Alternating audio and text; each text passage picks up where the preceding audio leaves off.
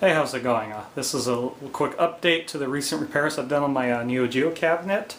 I have now got the LE panels working on it, so when you switch a game, the actual marquee for that game lights up when you switch it, as you can see here. These might not come out real well in the video. These are just photo paper inkjet printed ones I made and cut. They look alright in person, but with this camera and having the lights off and whatnot, all you see is the light behind it. It's not that bright. They're about as bright as the original panels, if not the same. But anyways, let me just put a quieter game on. Real easy to install on them. I got them from a site called glowhut.com due to the fact I couldn't find any NOS Neo Geo panels for a decent price. They go for quite a bit. They're $20 or $22 a pop for the ones from glowhut.com, and of course, depending on how many slots you have, depends how many you need. You know, if I only had a 1 or 2 slotter, it wouldn't have been that big a deal, but I have a 4 slotter and luckily not a 6 slotter, which would have cost me a lot. Anyways, real easy to install. You do have to mod them just a little bit, and all you have to do on that is just cut the plug off and then solder the wires to the actual LE board, and I'll show you that here in a minute. But yeah, the other little thing I want to be aware of is they're slightly taller. So what you probably want to do, it's up to you. I actually masked off a little bit of this back here so the light doesn't bleed through as much. It's personal preference.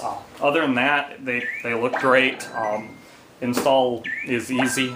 So let me pop the marquee out so you can kind of see in here and I can show what I'm talking about. Move this over here. So as you can see the panels real well in here. You know, all 4 of them switch and light up as they should. No big deal there. And here's the size difference. This is an original panel, and as you can see, with putting it center back where it is, a little bit taller. They're the same width, just slightly taller, which is no big deal. Like I said, you can mask it off if you care. Other than that, you know, you can just plug them right in. And the other thing you got to do on here, let me move this. Probably won't be able to see it too well, but instead of there being little pins, you've actually got to you know, cut the plug off and solder that right onto the board. Very, very simple task. I mean, if you've got your own machine, you've probably done more advanced soldering than this anyways.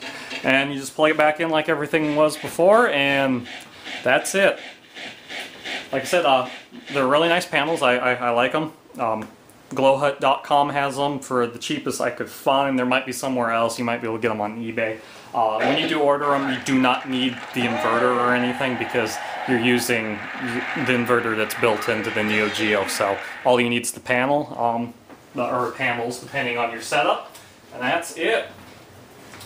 I know a lot of people, when these go out, they just get a fluorescent tube, which is not a bad idea.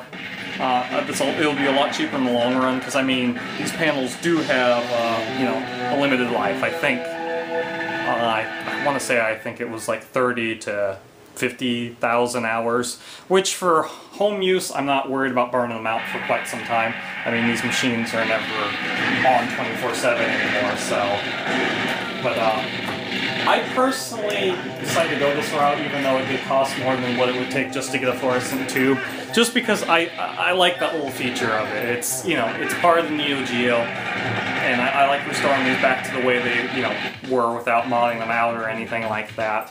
So, you know, it's the way it was. It should run the way it should. There was some talk about some LED replacement panels for these, which would have been really cool. I haven't really seen anything. The last time I checked, I think they were a couple $100, so not really worth it in my opinion. But yeah, that's a real quick update on my Neo Geo. Pretty much everything else on this machine is running real great. You know, buttons are still in good shape. The screen's doing real well. I do have a cap kit for it. It wouldn't hurt to cap this monitor. I'm having no issues with it. Not too much anyways, other than just typical monitor stuff. But I just haven't brought myself to bring it out. I'll probably recap it here sometime down the road.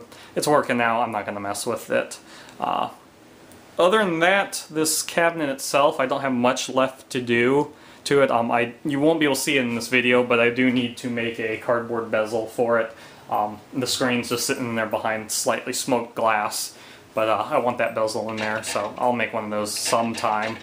And the only other thing that's kind of glaring at me I want to take care of, let me turn on the light real quick so you can kind of see. But all the switches and buttons I either cleaned or replaced. The only thing I haven't done is these joystick shafts are actually a little rusted out, where, you know, people have held them so long the oils have kind of eaten through the chrome and made it rust. I think what I'm going to do on these is I'm going to take them apart, get the wire wheel out, get all the rust off of them, and I'm thinking I'm either going to respray them with this kind of cool chrome I have that does real well in metal, or I think I might just do them black, because I kind of like that just uniform look, and that way too, you know, it's not going to wear as quick as it would if it was that chrome paint and whatnot. Other than that, this cabinet's pretty much ready to go. I got a little bit of other little painting to do. I need to clean up the marquee holder up there. It's got a little rust, got some chipping paint I need to take care of. And for the time being, that's about it. The cabinet itself needs a little bit of a cleaning, and I mean, it is rough here and there, but most of the vinyl, all the vinyl's intact, so I can't really bring myself to rip it off just to paint it red. So I'll clean up the best I can, maybe fill in a couple little dings here that aren't too big of a deal to do and don't have to repaint it, and for now it'll be that way. Maybe one day I'll actually do a full restore, but I personally, even if the artwork is a little bit beat up, I like to leave all as much original as I can. Just how I am. But anyways, that's the video. If you have any questions about setting those up, or even want me to do like a little bit of a how-to on it, I definitely can. Once again, it's a very, very simple test, so if you've already, you know, worked on the monitor, or, you know, done other work to an arcade machine, you'll have no issue doing this. But if you need any help, just let me know. Happy gaming!